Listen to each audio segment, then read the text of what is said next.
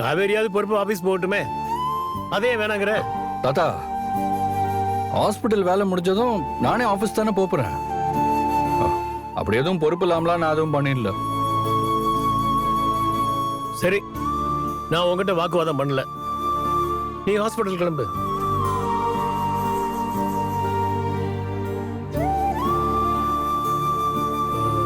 முடிஞ்சா இந்த பொண்ணை ஹாஸ்பிட்டல்ல சேர்த்து விட முடியுமான்னு பாரு.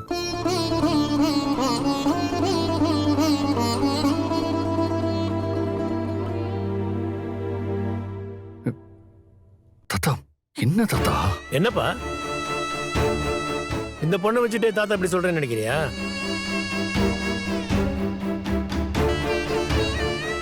இந்த பாரு, இந்த பொண்ணு நல்லபடியா குணமாகணுங்கிறதுல அக்கறை எங்களுக்கு இருக்கு. ஆனா இந்த பொண்ணு இங்க இருக்கிறதுனால வீடே ஒரு மாதிரி இறுக்கமா இருக்குப்பா.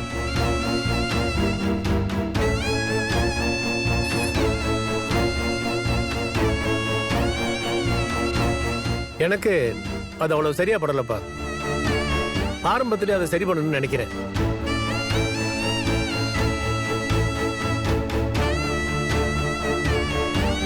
நீ டாக்டர்கிட்ட எல்லா விஷயத்தையும் தெளிவா சொல்லி அங்கேயே இந்த பொண்ணை அட்மிட் பண்ணிட்டு வந்துரு.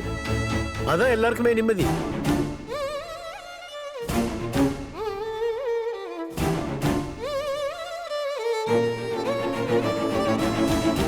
ஆமா, எதுக்கு இப்ப காவேரியை பாக்குற? வெண்ணிலா விஷயமா காவேரி என்கிட்ட எதுவுமே சொல்லல. என் கண்ணால நான் தான் பாக்குறேனே, அதனாலதான் சொல்றேன். காவேரி சொன்னான்னு நான் ஒன்னும் சொல்லையே தாத்தா.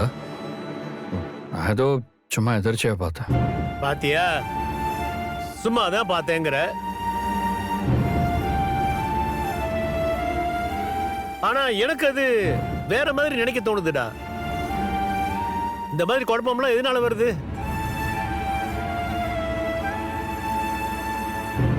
இதுக்காகத்தான் நான் சொல்றேன், அந்த பொண்ணை ஹாஸ்பிட்டல்ல சேர்த்துட்டு வந்துரு.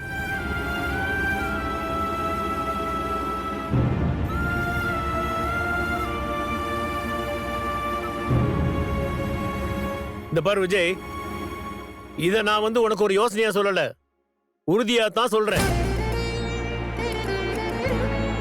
ஒரு 2 நாளைக்கு ஒரு மாதிரியா தான் இருக்கும்.